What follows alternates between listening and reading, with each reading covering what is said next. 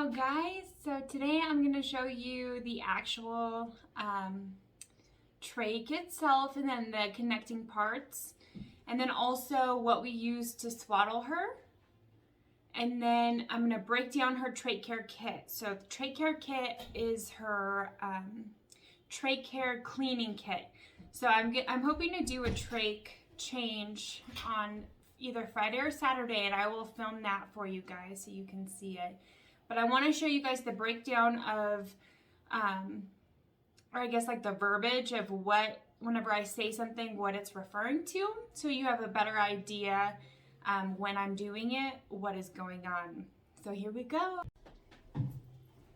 Okay, so we are gonna start off with the Trach Care kit, and then I will show you guys the changing station. Okay, so in the actual kit itself, so first it looks like this.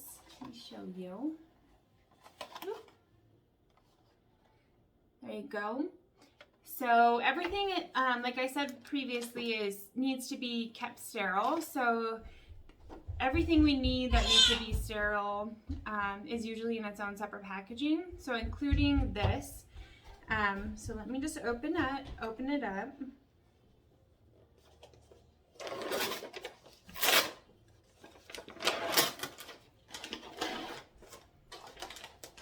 Okay, so without the wrapping on it, it looks something like this. Okay, so majority of stuff that we have in here, we do not use. The main things that we are gonna need is the drop cloth. So this is gonna be it. This needs to stay clean also. That's why it's in the sterile container. So we try to be careful while we're opening it, making sure that it stays clean throughout the time that we are getting ready to change our trach ties. Okay, so we open this up, fold it in half, and then this is gonna be like our tray. Okay, so we'll lay this down and then we'll lay all of our sterile stuff that we pull out of our Trach Care kit on top of it. Okay, so next it comes with gloves. Some parents will choose to use gloves when they're doing their trach care. We don't. It's honestly really hard anyways. It's really tricky to kind of hold it down. And for me personally, I didn't want any other barrier in between. So I will wash my hands just before, pretty soon before. And that's that. So these we use for other things, but there's gloves. So in this one, we get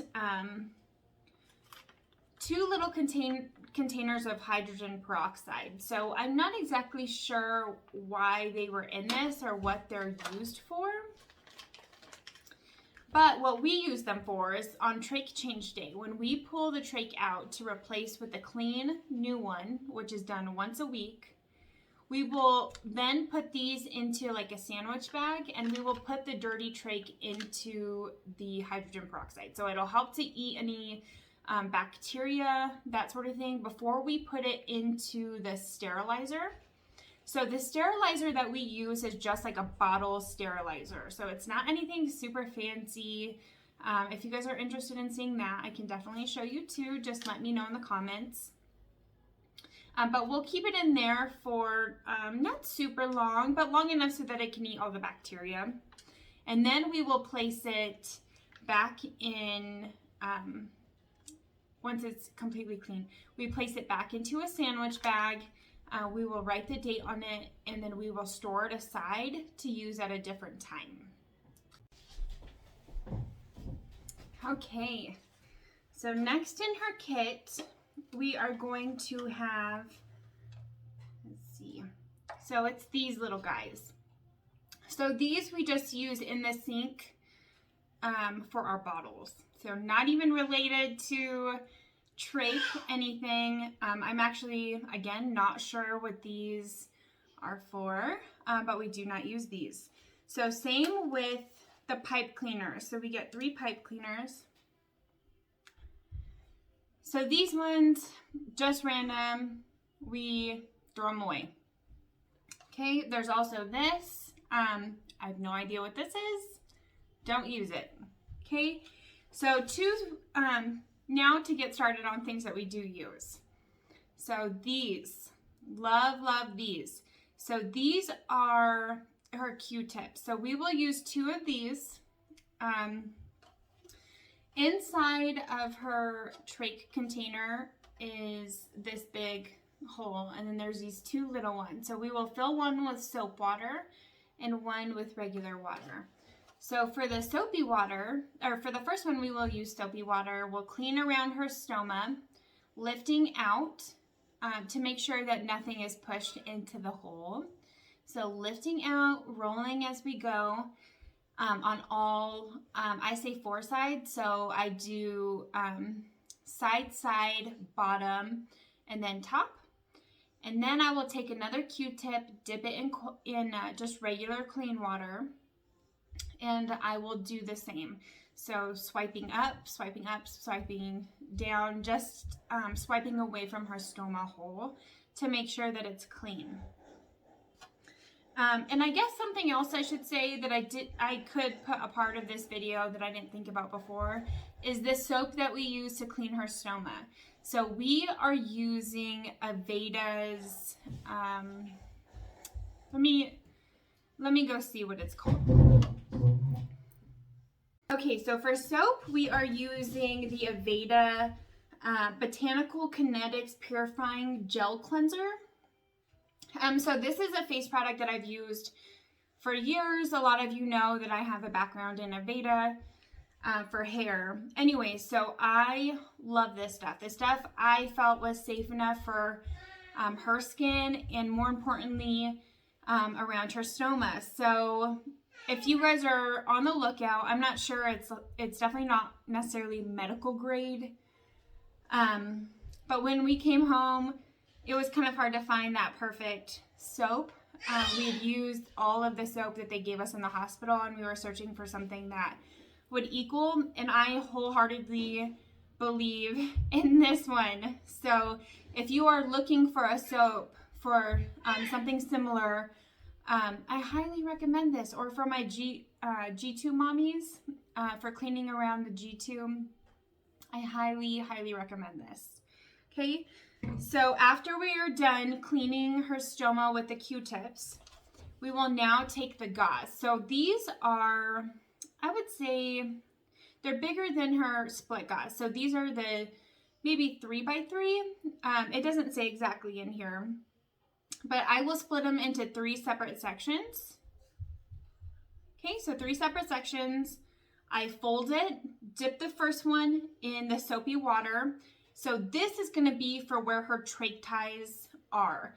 So I'm going to clean around the sides, clean around the back, but I also will clean under her neck and then around here. Most of the time, I mean, we get it when we bathe her, but because she has the trach ties, we can't bathe her quite as well as I would like to all the time. So this kind of helps to get the area that doesn't get clean. So we will use this pretty much for like the bottom of her hairline. Now that her hair is getting longer, I'll use it for anything that doesn't really get hit in the shower. Okay, so soapy water, regular water, and then to pat dry. So I've showed before, you cannot leave her trach ties wet, and I cannot stress that enough. I think a lot of mommies I've seen do it, or maybe they don't catch the healthcare givers always, double checking that. And I highly recommend. So I feel like our lives are hard enough. If your child or whoever gets breakdown of their skin, it's going to be extremely hard to reheal that, seeing as you have to wear the trach ties every single day on top of it. There's no take them off, let it breathe. So we want to prevent any skin breakdown. So keep under the trach ties dry. Okay, so with this one. So right before we do her trach care, that's when we bathe her. So it's first thing in the morning. So she wakes up normally 6:30 to 7. We will give her her thyroid medication, and then we're usually in the shower about 7 or shortly after. And then we are doing trach ties about 8 o'clock. And the reason why I recommend this order is because, I mean, she's a baby, you know, she is going to be splashing in the water. Her neck, her gauze is going to get wet, and you really, really need to keep it dry. So once it gets wet, we're going to change it. And then for the rest of the day, we want to keep it dry. Cool? Hi guys. Okay, so next I'm going to show you the actual connection of all her trach parts. So I've told you a little bit about them, but I didn't want to take the full trach out when I was showing you. So today I'm going to take it out of the bag and then show you how to put it together, but I'm not going to put it on Thea just yet. So we will do the trach change either Friday or Saturday, and this will be a part of that. Okay, so first we're going to take the trach. So like I said before, we do the hydrogen peroxide, sterilize it, put it in a Ziploc bag to keep it clean. Okay, so I'm going to take it out. Okay, so this is it. Okay, so let me show you guys a little bit closer. Okay, so this part right here is what's going to go down into her throat. Her skin goes flush with these little these little sides. Trach ties are going to attach here and here. So I'm going to place it down, and then this is the operator. So this is what's going to keep it steady as it's placed. Pull it out so she can breathe. Okay, so you guys can kind of see this. It's a flimsy type of tube. It's called a Flexton. So it's really nice because now she is so mobile that when this is in her throat, this is able to move around. So you can kind of see that. If it wasn't, which we've had before, it'll pop out. It's easier to pop out. So this part right here was connected directly to this right here. So missing this piece. So anytime this would bend, this would kind of creep up and it would be like that. So I'm sure you can imagine how painful that would be for her in such a small hole. So oftentimes we've had it pop out to where this little piece right here was flipped forward. So that means that this part was bent back like that. So anyway, super scary stuff. This has been our best that we've had so far. Okay, so I'm just gonna put it together just to keep it together for now, but I'll show you how to fully connect it. Okay, so here's this. Okay, and then I'm gonna pull out the trach ties. So again, these are her trach ties. So I'm gonna cut these because I forgot to cut them before I started the video. Okay, so here we are. I usually just go off of like by eyes, what I remember. So usually I get it pretty close. Sometimes it's a little bit longer, sometimes it's a little bit shorter. So I do about 4 inches. Okay, so something like this. And then here's the second piece. So I'm gonna pull it off. I cut the Velcro strap just slightly shorter. Okay, so now I have the 2 pieces. So before we do the actual trach change on trach change day, we are gonna attach these to the trach before we even get started with anything. And the reason why is it cuts off one extra hassle. So if, for instance, otherwise I would have to put the trach in and then try to reattach these. And it's just one extra thing to like hold her down for, causes extra time and extra fuss. Okay, so I'm going to attach these. Okay, so this goes on this side. And then this one is going on this side. Everybody has a preference. I think because I'm right-handed, I do it this way because whenever I sit her up to reattach it in the back, it's easier for me to use, it's easier for me to pull this strap around her head and then to attach this. Okay, so this is what it looks like. when we put it down her neck. Okay, and then this is what it looks like in the back of her neck. Okay, so something like this. Okay, so now the trach is out of her neck, so I have pulled it out and we're doing the trach change. So I'm going to dip this into the jelly, like I had previously said. Then I'm gonna place it down, pull the obturator, okay? So I hold it like this, okay? So her mouth is under my palm. My fingers are against the little flanges here, holding against her neck to make sure that it's not gonna pop out. Okay, so something like this. And then I have to add the gauze. Okay, so the split gauze that I had previously showed you. Okay, so this is what it looks like. There's a little split here. Okay, so this is gonna go on the underside. So let me show you again. So this is where her neck would be, right here. This is already in her neck. This is what's coming out of her neck. Okay, so this piece is gonna go just behind.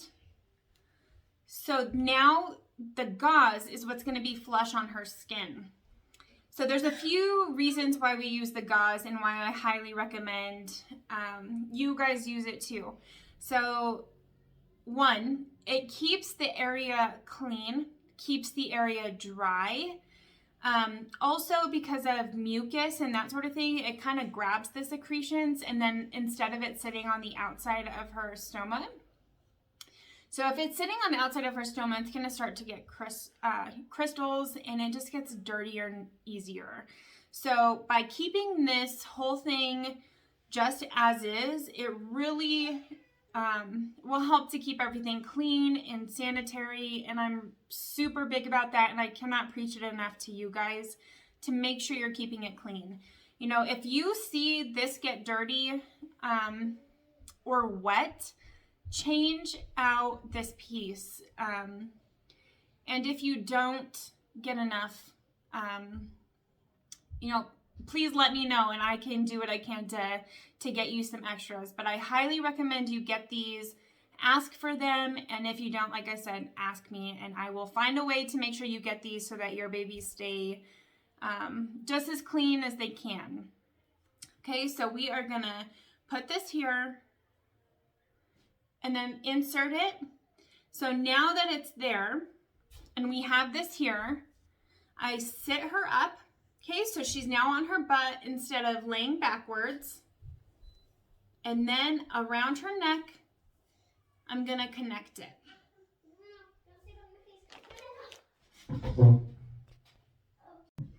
Okay, so I'm going to show you guys again one more time, but with this little dolly that we have.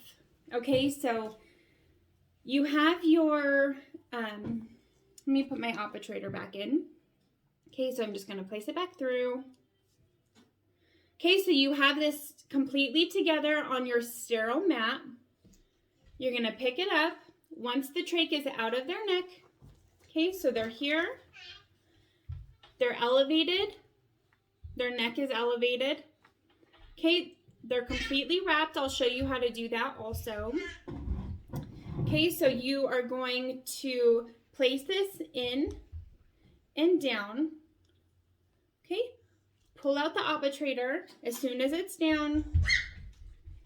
Okay, so I have my hands, 2 fingers on, pushing down. So this is what it looks like on Thea's face. Yes, it's really sad to hold them like this, but I highly recommend it. It allows you to control it a bit better so they're not thrashing their head back and forth. So now I'm going to get the gauze. I'm going to place it under the trach ties.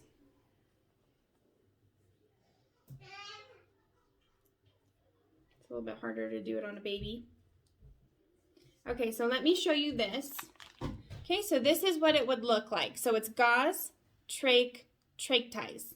Okay, so once I have all of those things done, I sit her up on her butt. She is still swaddled.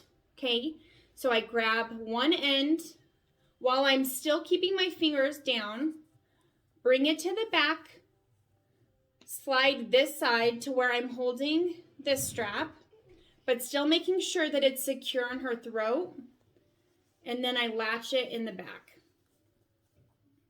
Okay, so at this point she's pretty over it, honestly, so I will unwrap her because we're done with that part, and then I check. Okay, so I check to see how loose it is back here. What they told us in the hospital is you want to get a pinky in. So for me, I can usually tell when they're too tight. She starts to get a little, maybe like puffy in the face or red or slightly purple, which means that it's cutting off her oxygen. So I will then loosen it. Majority of time, especially now that she is so mobile, I will try to have it looser than tighter. So maybe like a middle finger through instead of just the pinky. That way it has that little bit of like maybe a centimeter gap to where if she does move, she can, you know, breathe. It's not really hurting her neck. But also, if she moves really quick, it's not going to pop out, you know. So you're going to have to find that happy medium with your child and figure out, I guess, what works best for you guys. But, okay, so next is going to be the catheter, so clean catheter. So that's when we would put this on. Okay, so she's sitting up. She's unswaddled. We're going to open this. Dolly over here cannot sit up, so we are going to lay her down for just a second.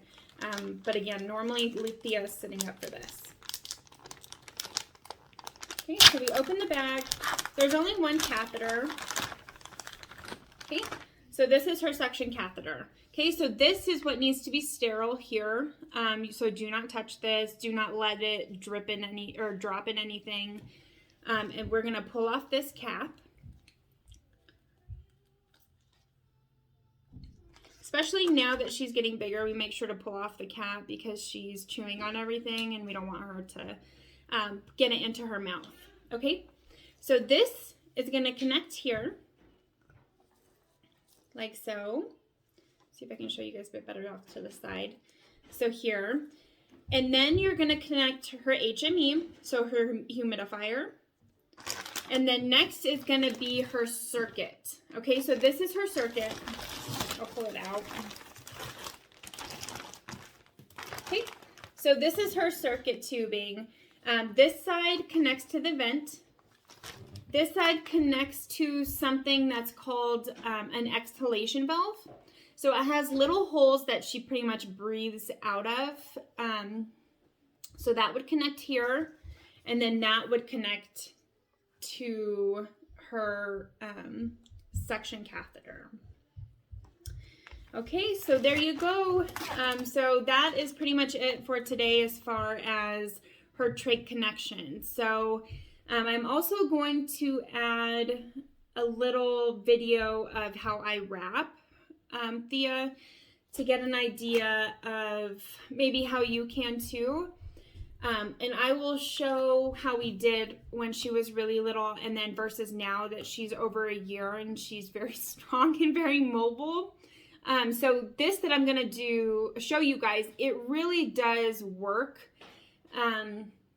You know, occasionally she gets an arm out and it just is what it is. Make sure you have an operator close by in case she pulls it out so that you can put it back in safely. But I hope you guys enjoyed it. I hope it helped you some. Like I always say, if you have specific questions related to the video or you want me to make a video of something that maybe relate to us that you guys need to see, please let me know. I would be on love to make it according to you guys. So thank you so much. Hey guys, okay, so last video. So this is her trach setup. Okay, so first of all, we are gonna put her on top of a blanket. So I have a blanket wrapped on a blanket. We normally will do all of her trach stuff on top of the dining room table. So we want it to be comfy for her. So Some occasionally she will hit her head on the granite, but we obviously want to try to stop that as much as possible. So we do lay this out. Then next, I have a swaddle that I wrap as in a triangle. And then next I have this little beautiful thing. So I bought this on Amazon. It came in mostly handy when she was an infant, and we were able to actually tuck her into it and use just solely that to do her trach care. But unfortunately, now that she's bigger, we have to double up. Okay, so when we do her stuff, let me adjust this a little bit. Okay, so we have Dolly here again. So we put her head just outside. So you want this to sit about shoulder height. So we're looking about here. I bring her shirt and stuff off to the side, so something like this. And then I'm gonna wrap her. So I want to keep her arms tucked in, and that's the number one reason why I do this, is so that she's not pulling at me as I'm working with her neck. Okay, so I'm gonna wrap this here. Wrap this here. Try to make it as tight as you can without hurting them, of course. And then next I'm gonna use the swaddle. And then I'm gonna swaddle her like a normal baby. Okay, so tuck it underneath so that her body weight is sitting on top of the side. That's gonna make it harder for her to unwrap. Okay, and then I'm gonna do the next one. Okay, so something like this. Perfect, and then I'm gonna put the rounded wrap underneath her shoulders to elevate her so slightly, and then we would be ready to get started. Okay, normally my tray that I have of all my sterile stuff is just in front of, so that I have everything arm's reach and close by. Make sure you always have your ambu bag close by. Make sure you always have an operator close by. Make sure you have your size smaller trach close by and a backup trach just in case, always close by, arms distance away, or at least eyesight away, so that if there's ever a problem, you have a go-to. Okay, hope that helped. Thank you guys.